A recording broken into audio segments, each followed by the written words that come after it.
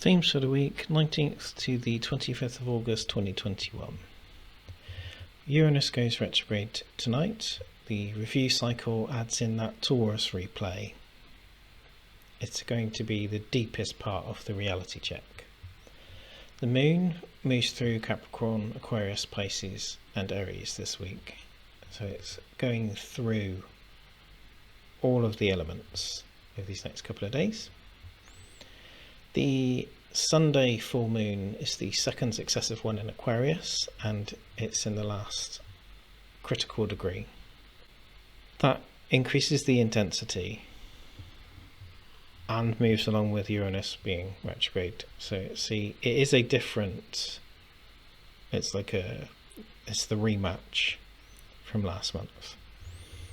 And on the 22nd, which is going to be late in the day for us, the sun moves into Virgo just those 9 hours after the total full moon. And the moon will then move into Pisces. So there may be some Virgo Pisces energy in the full moon, although it may be difficult to tell because the Leo-Aquarius energy could be quite overpowering. The chart for the 19th, I've gone for 10 o'clock tonight because that's when Uranus goes retrograde, according to 3 different bits of software that I've used, even though a couple of things online were saying that it was 9:40 Eastern time in the US. I don't know quite what's happening there, but the software seems to show that it is tonight, and I've checked multiple times. So the table for the 19th at 10 o'clock is the Sun in Leo at 27 degrees, Moon Capricorn 12, Mercury in Virgo at 14, Venus in Libra at 4 degrees, Mars in Virgo at 13, Jupiter is retrograde in Aquarius at 27, Saturn retrograde in Aquarius at 8 degrees, Uranus retrograde in Taurus 14 degrees, Neptune in Pisces retrograde 22, Pluto in Capricorn retrograde 24, Lilith in Gemini at 3 degrees, and Chiron is retrograde in Aries at 12 degrees. That's a lot of retrogrades. The main aspects are the Sun opposite Jupiter, Moon sextile Neptune, Moon conjunct Pluto, Mercury conjuncts Mars, Mercury and Mars trine Uranus, Venus trines Saturn, Saturn squares Uranus, Saturn sextiles Chiron, and Neptune sextile Pluto. So let's have a look in more depth at these 2 dates. Okay, so tonight Uranus goes retrograde, the final of the active 5 planets to do so. And it completes this big review energy that lasts until early October, when the first planets start going forwards again. So this Uranus retrograde completes the set of the reality check, and it starts tonight. Saturn and Jupiter are patriarchal planets. Uranus is a big picture patriarch, an awakening patriarch. Saturn and Jupiter are both in Aquarius, with that humanitarian and rebellious energy. It's checking where we stand on issues. Uranus and Taurus takes things way, way deeper, and I guess that goes with what Leonie was saying on her reading on Saturday Spiritually Live on Facebook. This is time to stop playing games, living with fantasies, and this Uranus retrograde is saying it's time to get on with the work at hand. Whether you class yourself as a light worker, Wiccan, pagan, witch, spiritual, or new paradigm ascension, supermaster, or whatever, the time for the fantasy is over, and it's time to get real. Uranus is a big mover and shaker as these planets go, and this retrograde that it's been preparing for since May is in the sign of Taurus, Taurus being that fixed earth energy, solid ground to walk on. The retrograde is a replay of this second decan, the degrees 10 to 19 in Taurus, and Uranus is a higher vibrational energy and is sometimes called the higher vibration of Mercury, the messenger. And so it's also associated with the higher self. This is a time to connect in with the higher self and get connection to what is your reality? What is it I'm here to do? What is it that we are here to create as beings on this planet? There's no more rabbit holes of people that are paid to tell you to promote or lead you onto certain false narratives. No more versions of truth. It's just one big kaboom. Uranus says, get in touch with the deep reality of now. So this could feel like it's an intense beginning, but Uranus is retrograde for 5 months, so it's a long time review. It may feel more intense at first because it's acting in combination with Saturn, Jupiter, Neptune and Pluto all being retrograde as well.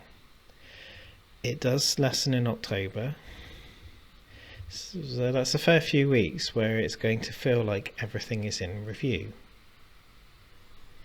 Uranus is trined by both Mercury and Mars this week, as Mars and Mercury are conjunct. This opens up the waves of communication and action, because Mars is the doing one, Mercury's the talking about it, Mars is the one that gets on with it, if it's in the right placement. This opens up waves of communication and action to the new sense of what is real, and let's be real. There's a good possibility of new friendships, relationships, business opportunities coming into your life around this week.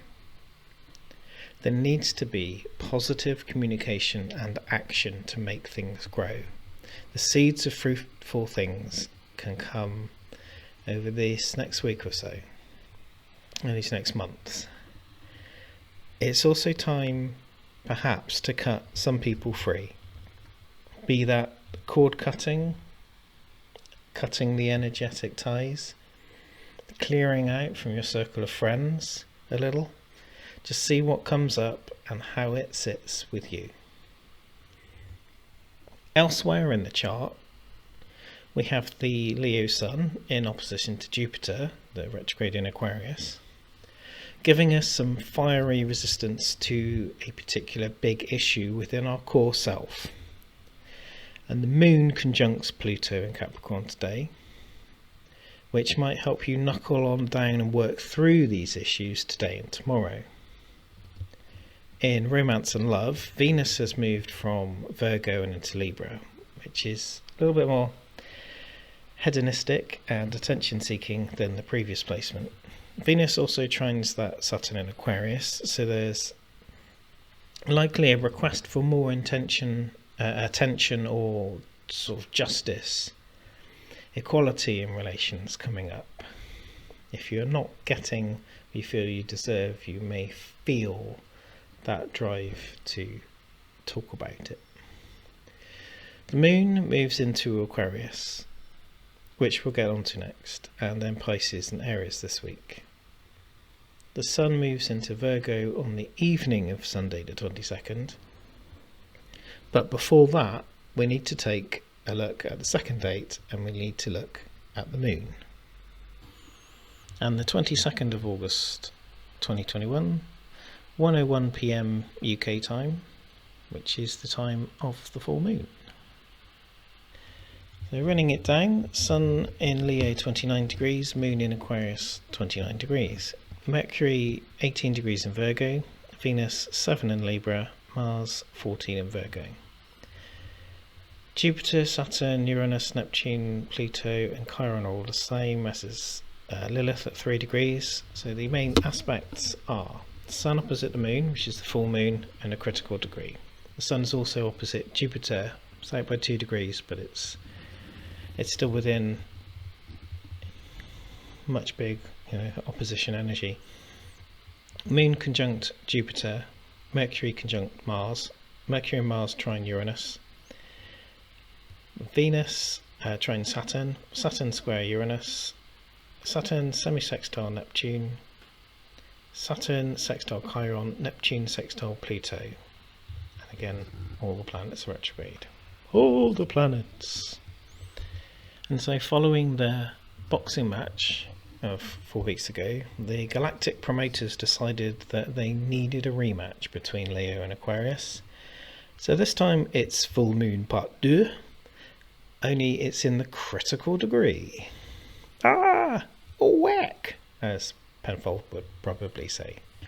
So as you note, the main players in a full moon are the Sun and the Moon opposing each other, and this one is a repeat of last month's pairing on the Leo and Aquarius axis.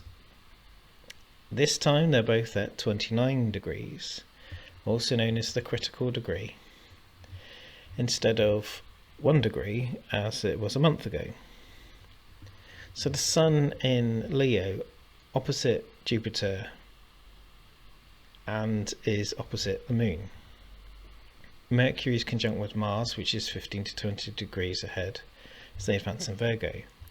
On the opposite side, the Moon shares the house of Aquarius, the pairing of Aquarius with Saturn, and also conjunction with Jupiter, which is why Jupiter is opposite Sun. So we end up with these two sides of the coin that are very much at odds with each other again.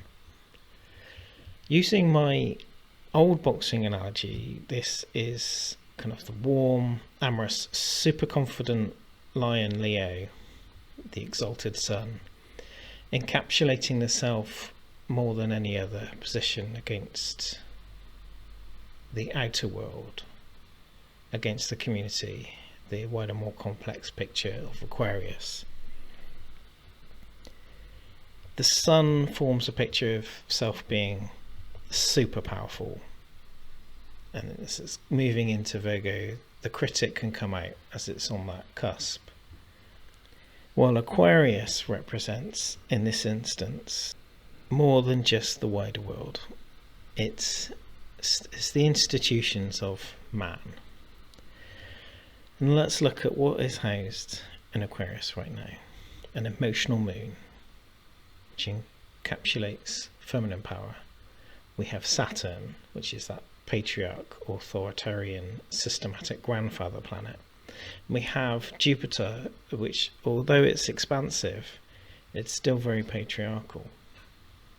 So to me, this feels like this is the energy of awakening, personal power.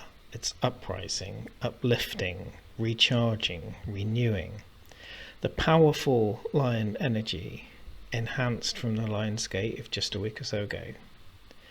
And that the system that's now in chaos, with lies, deception, control, coercion, all have been coming up to be seen as the veil's been lifted and is coming up to be reacted to.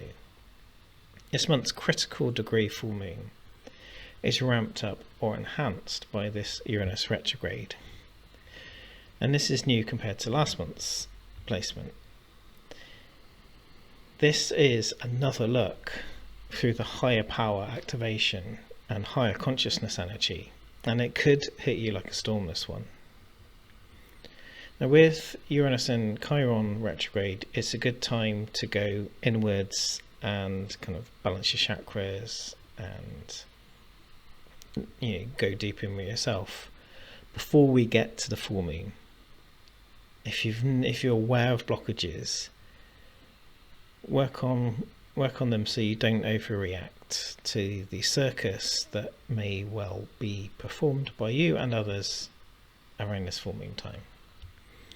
Remember that it all starts with you, it always does, and from there the expansion moves towards the others and the outside world. Be aware of the energy that's around us right now and know that change is always happening. And this is another stage of this big review cycle. So, as usual, the advice for getting through a full moon is to find a balance in the situation. And, as I said, last month, I would say that as a Libran. There are these two opposing forces, and you can find some middle ground somewhere and work from there. This axis is all about the self and the collective, the individual and the community, albeit that the community is also housing a patriarchal control system, and the self is holding this ego of me, me, me, me, me, me, me, me, me, me, me. So it's also about small groups and small businesses against governments, corporations. It's about good causes, the voluntary sector and things. Because things have not been fair for such a long time, and these cracks have been wide open over it's been for quite a long time, but it's certainly been much more viewable, much more visible in the last 2 years. We're coming to a point where we need to move past the shouting and into, okay, this is the reality of the situation, what are we going to do about it? But in order to get there, we are going to need to be grounded ourselves, otherwise we're just going to go a bit mental this weekend. So like Saturday, leading into the Sunday full moon, and then Monday. So it's going to be from a place of balance and a place of love that you're going to be able to work positively with this energy, come out the other side with that assistance of Uranus, and we're going to get to a stage and go, right, this is what I know I need to do, this is what I'm going to do, let's go from here. It's about lining up, it's aligning with where things need to go, not necessarily where we want things to go. So big shifts are on the way.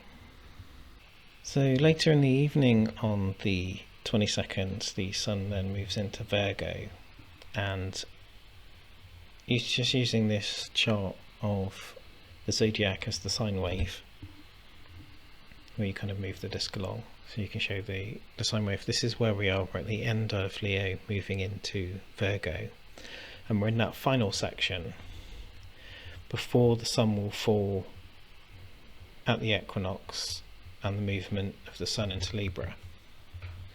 And that's a very different energy of the Sun in Virgo. It moves from the kind of proud extrovert into a more introverted, get on with it, and can be quite critical at times, energy of Virgo. Virgo is seen as innocent, and there's a kind of association with Mary Magdalene and others. And during the Lionsgate a meditation that I did on the Sunday, I was told that the 9-9 energy portal is to do with Mary Magdalene, and to do a specific meditation to connect in with her at that point. So that's what I'll be doing on 9-9. And that's enough for 1 week of astrology. We'll be back with the other stranger things, that is life, the universe, cosmos and everything, next week. And this is Phoenix saying goodbye for now. Cheerio.